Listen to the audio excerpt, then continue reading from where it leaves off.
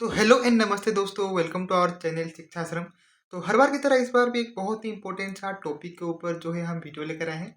तो बिना किसी टाइम के बाद चले वीडियो को स्टार्ट करते हैं।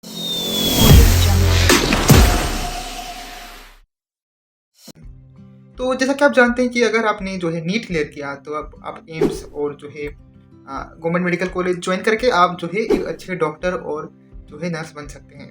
और या फिर अगर आपने जेई मेंस या एडवांस क्लियर करके अगर आप आईआईटी और एनआईटी गए तो आप जो है एक इंजीनियर बन सकते हैं और एक जो है अपना जो भी कुछ अपना इंटरेस्ट के अनुसार कर सकते हैं। पर बहुत लोग को डाउट होता है कि जो नेक्स्ट एग्जाम होता है, जो आईआईटी एग्जाम होता है, उससे उसको क्लियर करके आप जो आइजर नाइजर में एडमिशन लेते हैं, वहाँ पर इंटीग्रेटेड एमएससी बीएसएमएससी जो कोर्सेस आप करते हैं, तो उसके बाद क्या फ्यूचर ऑप्शंस होते हैं, उसके बाद आप क्या क्या कर सकते हैं। इसमें बहुत सारे बच्चे, खासकर उनके पेरेंट्स को जो है डाउट्स रहता है। तो वो डाउट का जो है सॉल्यूशन आज आपको इस वीडियो में मिलेगा। तो इस वीडियो में अंत तक बने रहिएगा। तो फटाफट स्टार्ट करते हैं। तो स्क्रीन पे जैसे आप देख सकते हैं कि charting your course after niger, ये मैंने नाइजर लिखा है, पर ये जो है पूरे जो है आप जो भी जहाँ भी आप नाइजर आइजर या फिर जहाँ भी आप एमएससी बीएससी कर रहे हैं, तो उसके बाद क्या आपके पास करियर अपॉर्चुनिटीज रहती है और क्या क्या आप बन सकते हैं, क्या क्या अदर ऑप्शंस में आप जा सकते हैं, वो सब मैं आपको इस वीडियो में बताऊंगा। ठीक है, तो आगे बढ़ते हैं। तो आप अगर आपने कहीं से भी बीएससी और एमएससी कंप्लीट किया तो आपके पास 3 ऑप्शन रहते हैं। एक तो है the professional frontier securing A job with और एमएससी, आप एमएससी के बाद जॉब डायरेक्ट कर सकते हैं। ठीक है, उसके बाद जो है या तो आप pursuing A PhD in India और अब्रॉड, ये आपका एक ऑप्शन रहता है। और एक तीसरा ऑप्शन रहता है न्यू डिसिप्लिन, जैसे कि एमबीए हुआ या फिर एमटेक हुआ। आप ऐसे अगर डिफरेंट पाथ में भी आप जा सकते हैं। ठीक है, higher studies in different field. तो मेनली मोटा मोटा ये जो है तीनों ऑप्शन आपके पास रहते हैं, तो आपके एमएससी और बीएससी के बाद। ठीक है, तो अब देखते हैं important way points before you begin your journey. तो आप जो है कोई भी जर्नी में जा रहे हैं, कोई भी पाथ आप चूज कर रहे हैं, तो उसमें आपको एक चीज ध्यान रखना है कि don't pursue A PhD just because most alumni do. तो वही है कि आप ऐसा मत करिए कि आपके कॉलेज में आपने बीएससी किया, ठीक है, वहाँ पे आपके मैक्सिमम सीनियर जो है पीएचडी अप्रोच अप्लाई कर रहे हैं, फॉरेन जा रहे हैं और बहुत इंडिया में ही कर रहे हैं कुछ। और आप देख रहे हैं आपके सीनियर वो कर रहे हैं, आपके सीनियर आपको भी कह रहे हैं कि आप वो करो, और आपको एट द एंड पता चलता है कि आपको उसमें इंटरेस्ट नहीं है।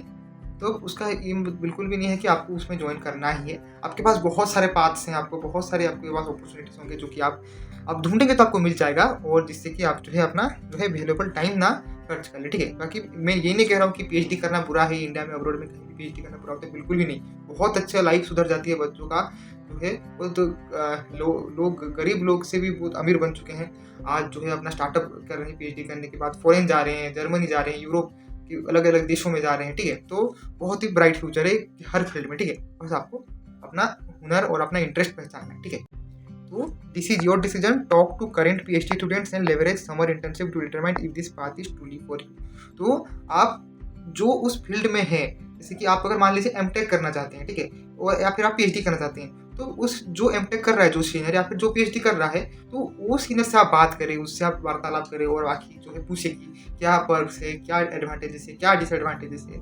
बहुत लोग तो वो जो पीएचडी में जो स्टाइपेंड होते हैं उसके मन भावना से ही जो है वो चले जाते हैं, ज्वाइन कर लेते हैं पीएचडी, बाद में पीएचडी में ज्वाइन करने के बाद पछताते रहते हैं। तो वो सब आपको पहले से ही जान लेना है ज्वाइन करने से पहले, क्योंकि आपके पास कॉलेज जो लाइफ है आपका, जो एमएससी बीएससी का टाइम है, वो उसमें आपको ये सब बात करके आपको जो है जान लेना है कि क्या आपका इंटरेस्ट में है और क्या आपका इंटरेस्ट में नहीं। ठीक है, सेकेंड है your niger degree is a strong start not a guaranteed finish.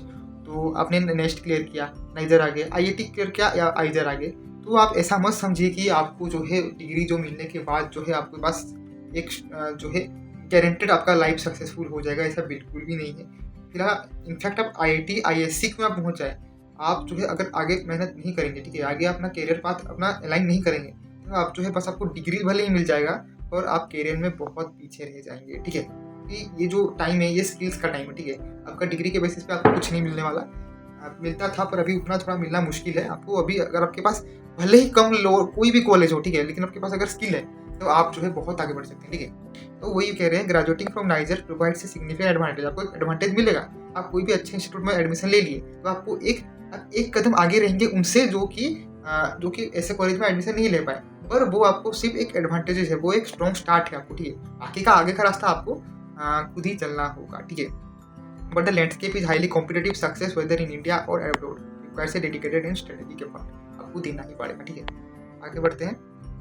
और अब हम कंपेयर करते हैं कि अगर आप पीएचडी कर रहे हैं, आपने अपना मन बना लिया कि आप पीएचडी करेंगे ही करेंगे, ठीक है, तो आपके पास टू ऑप्शंस रहते हैं, या तो आप इंडिया में पीएचडी करें, और सेकंड होता है या तो आप जो है फॉरेन में यूएस, कनाडा, यूरोप में आप पीएचडी करें। तो देखते हैं कि दोनों में डिफरेंस क्या होता है। सबसे पहले तो अगर आप इंडिया में करें तो आपका पीएचडी 5 ईयर्स का रहता है, ठीक है, मेनली 5 ईयर्स का रहता है, उससे ज़्यादा भी हो सकता है। और फर्स्ट ईयर में आपका कोर्स वर्क होता है, तो ये मतलब कि आपका टीचिंग असिस्टेंट होता है, मतलब कि आपका प्रोफेसर जो कोर्स ले रहा है, जो भी एमएससी बीएससी का, उसमें आपको टीचिंग असिस्टेंट की तरह काम करना होगा, कॉपी वगैरह कुछ चेक करना होगा, क्वेश्चन वगैरह बनाना होगा, वो सब फर्दर चीज़ें। Comprehensive exams followed by 3-4 years of dedicated project work. उसके बाद आगे का जो 3-4 साल है उसमें आपको डेडिकेटेड अपना प्रोजेक्ट पे काम करना है और अपना जो है पेपर पब्लिश करना है, ठीक है। उसके बाद जो है की रिक्वायरमेंट्स इंडिया के लिए ये होता है कि आप CSR नेट क्लियर आपका होना चाहिए, और या फिर गेट जो है आपका क्लियर होना चाहिए फॉर फंडिंग, ठीक है। जिससे कि आपको जो है पीएचडी में आपको जितना साल भी आपका मैक्सिमम 5 साल तक जो है आपको फंड मिलेगा, अगर आप CSIR नेट और गेट एग्जाम के थ्रू आप पीएचडी में एडमिशन लिए तो। और it is best for students with a well defined research interest who have proximity to home and established NET, ठीक है। तो आशा करता हूँ कि आप समझ गए होंगे कि पीएचडी इन इंडिया में क्या क्या आपको ध्यान में रखना है, ठीक है। उसके बाद अगर आप अब्रॉड किए तो इसमें भी ड्यूरेशन 5 ईयर्स है यूएस कनाडा में, और यूरोप यूके में तो 3 ईयर्स में आपका हो जाता है मेनली कंप्लीट, पर इसमें यहाँ पे मिलना भी थोड़ा मुश्किल होता है, ठीक है। तो बहुत सारा आपका CV वगैरह, रिज्यूम वगैरह आपका एकदम वेल डिफाइंड होना चाहिए, और बहुत सारी चीज़ें होती है, मैं आपको वीडियो में आगे बताऊँगा, ठीक है। उसके बाद इनका जो कोर्स वर्क होता है बहुत सिग्निफिकेंटली वेरी करता है।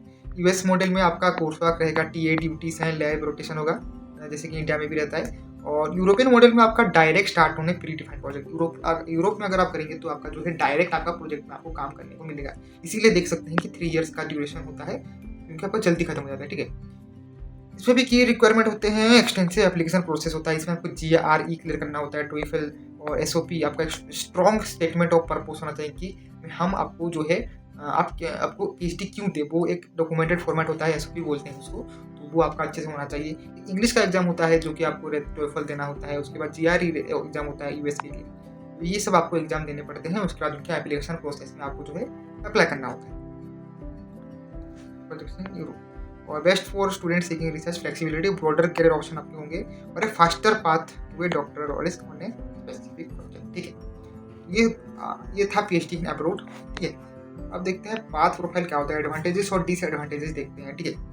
तो गेटवे आप तो जान लीजिए, CSIR और नेट के थ्रू आप चले जाएंगे, ठीक है, आपको जिसमें कि 25K पर मंथ मिलेंगे फर्स्ट 2 ईयर्स में, और बाकी का जो ये है उसमें आपको 28K आपको मिलेंगे। ये थोड़ा बढ़ भी गया है, ये थोड़ा ओल्ड डाटा है, अभी शायद थोड़ा बढ़ भी गया होगा, तब 5-6 हज़ार थोड़ा इधर उधर बढ़ भी सकता है, ठीक है।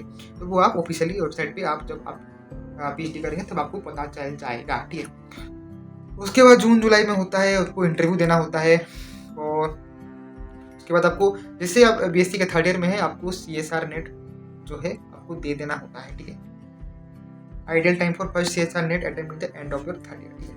तो end of your 3rd year में आपको CSIR नेट आपको देना अनिवार्य होता है, बेस्ट टाइम है आइडियल केस है। उसके बाद आप जब भी दे सकते हैं, लेकिन अगर आपका पहले क्लियर हो जाता है तो आपको एक आपके पास एडवांटेजेस होगा कि आपका एक सिक्योर एक जो है ऑप्शन हो जाएगा PhD के लिए। उसके बाद आप फर्दर आप फॉरेन में ट्राई कर सकते हैं, ठीक है। तो एडवांटेज ये होता है कि फैकल्टी नेटवर्क होता है आपका, अगर आपने PhD किया तो आपको जो है एक इजीली जो है सुपरवाइजर कनेक्शन करके आप जो है बाद में जो है एक अच्छे प्रोफेसर या फिर असिस्टेंट प्रोफेसर के तौर पे ज्वाइन कर सकते हैं आप कोई भी इंस्टीट्यूट में, ठीक है।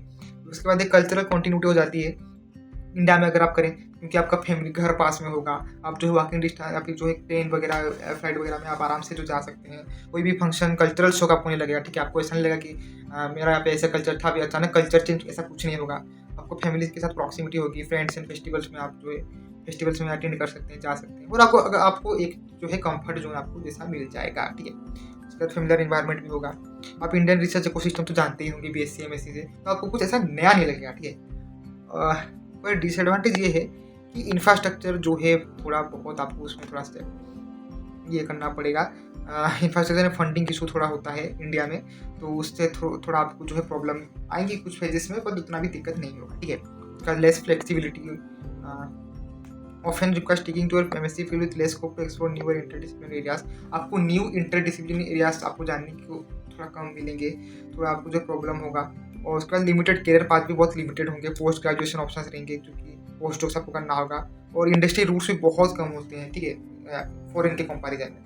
तो वही है इसका एडवांटेज। आशा करता हूँ कि आप जो इसका एडवांटेजेस और डिसएडवांटेजेस समझ गए होंगे। तो मैं इसीलिए बता रहा हूँ कि आपको जो है पता रहना चाहिए कि अगर आप मान लीजिए आप अभी क्लास 11th क्लास 12th में हो, ठीक है, तो आप अपने तय कर लिया कि मैं आप नेक्स्ट एग्जाम IIT एग्जाम दूंगा, और आपको अगर ये सब पता नहीं होगा कि उसके बाद आपको क्या करियर अपॉर्चुनिटीज है, आपको क्या क्या करना है, क्या क्या एडवांटेजेस होते हैं, क्या क्या डिसएडवांटेजेस होते हैं, PhD इंडिया में करेंगे तो क्या होगा, PhD फॉरेन में करेंगे तो क्या होगा, ये सब आपको जानना बहुत ही जरूरी होता है। मुझे भी नहीं पता था अपने टाइम पे, मैं भी ऐसे आ गया था, पर अभी जान के तो अच्छा लगता है कि मतलब पता चलता है कि क्या क्या चीज़ें हैं, क्या क्या चीज़ें नहीं हैं, ठीक है।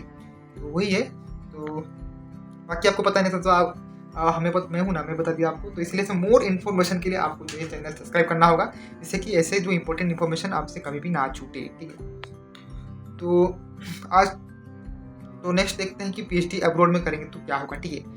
तो जो है ये आगे का थोड़ा लंबा हो जाएगा वीडियो, तो आगे का वीडियो जो है नेक्स्ट वीडियो में हम बताऊंगा पार्ट 2 में। आगे बहुत सारी चीज़ें हैं जो इंटरेस्टिंग चीज़ें हैं, तो पार्ट 2 में मिलते हैं। एक आगे का जो है चीज़ों के बारे में बहुत ही मज़ा आएगा, बिल्कुल भी आप जो है इसको मिस मत कीजिएगा, वीडियो को बहुत ही इंटरेस्टिंग है। तो मिलते हैं पार्ट 2 ऑफ दिस वीडियो में, तब तक के लिए बस इतना ही। धन्यवाद और जय जगन्नाथ।